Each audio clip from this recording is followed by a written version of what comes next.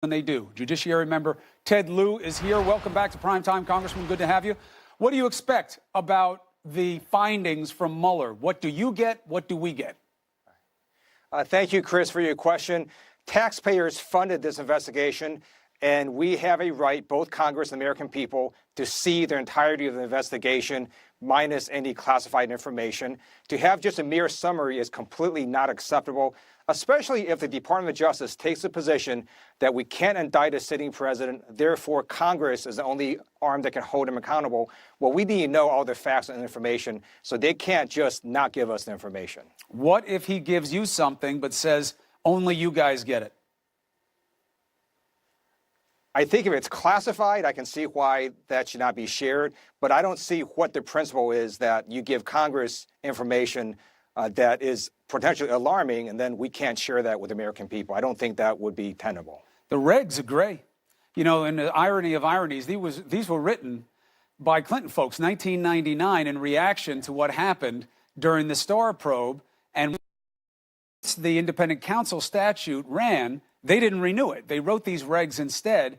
And one of the motivations was to keep the special counsel from being able to put out yards and yards of information. So the only thing that's required is a confidential summary, well, not summary, a confidential report is the word, of decisions to prosecute and not to prosecute. And the way you read that regulation could be very problematic for the American people in Congress, because if the Department of Justice takes the position that they can't prosecute the president because of a separate memo that said they can't indict a sitting president, then there's literally nothing we would get in that confidential summary, because they can't talk about it because they can't indict a sitting president. Now, there are things that Congress can do to fix this. One is we do have subpoena power. So Democrats now control the House. We could try to subpoena their entire report. We can also subpoena witnesses to come in and testify before the Judiciary Committee, such as Robert Mueller or other prosecutors on his team. All right, so let's see what happens next week. We'll take it one step at a time. No reason to get ahead of it until we have to. Another matter, Nancy Pelosi just tweeted a few moments ago about news for next week. Michael Cohen, the president's former personal attorney, is coming in. Multiple days of testimony, we believe. She says in the tweet that you guys have an independent duty to conduct oversight. Any efforts to intimidate family members or pressure witnesses will not be tolerated. What do you think she's talking about? What Donald Trump had tweeted earlier, essentially threatening Michael Cohen's father-in-law. Rudy Giuliani said something similar. If you read the witness tampering statutes, that comes very close to the line and may have crossed the line. So I think that's what Speaker Pelosi is referring to. And on the House Judiciary Committee, we're going to investigate all these issues: obstruction of justice, witness tampering, abuse of power, and see whether it exonerates the president or not.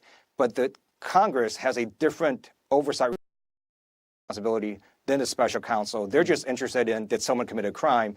We have a much broader mission: all wrongdoing, whether or not it's a crime, and then to disclose that to the American people and to make sure it doesn't happen again. What can you do about the president tweeting that he thinks Cohen is a rat and that his father may be dirty? Or his father-in-law, rather. So we could hold hearings in the Judiciary Committee, and we could establish a record and show, did the president cross the line? Is this witness tampering? Now, the fact that Michael Cohen's going to come and testify, I think, is a good sign, and hopefully he won't be too intimidated by what the president says. But we can hold hearings, establish a record, have witnesses come in and testify, and then show the American people, look, the President of the United States tried to intimidate a witness. The president also did X, Y, and Z bad things, and then make a decision. What do you want Congress to do from there? I don't know where that would go, but you have another idea for something that you want to look into. I don't know if we have a copy of the letter for the audience, but you want Wayne LaPierre, the head of the NRA, to answer some questions about meetings of former heads and members with Russia and Russians and campaign finance. What dots are you thinking about there? So let's first take a step back and ask the general question: why is the NRA even meeting and talking with Russian operatives, such as Maria Butina, who, by the way, pleaded guilty to conspiring as a foreign agent? Vladimir Putin clearly doesn't want his own people to have guns. So it's a very strange relationship to begin with. And we also know the Russians try to infiltrate various organizations to influence the election. The NRA looks like it was one of them. We want to know, was any of this interference from Russia Was it knowingly done with NRA officials? And then there was a whole bunch of money that NRA spent, historic amounts of money for the president, as well as members of Congress and U.S. senators. And we want to know if any of that money came from the Russians. You have any proof that it did? We have proof that it looks like Russian people gave money to the NRA. There's nothing wrong with that. It's legal for organizations such as the NRA to get foreign donors.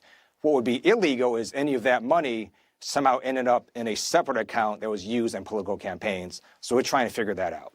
So you haven't seen it yet, but that's your concern, and that's why you want to hold the hearing.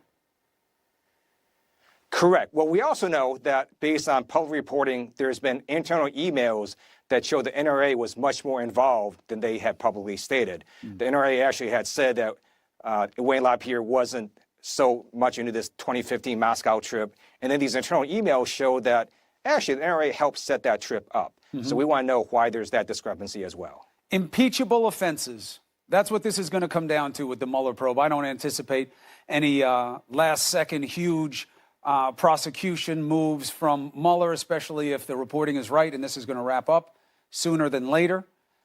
Impeachable offenses would be the line of ultimate accountability. What do you see as impeachable potential behavior based on what you've seen so far? Well, let me first say this, and it was a question I was asked a few months ago about what would be the best result of the Mueller probe, and I had to think about that for a while, and I concluded that the best possible result would be if Robert Mueller found Donald Trump completely innocent, because I don't want our president to have engaged in collusion with a foreign power. I just don't want that.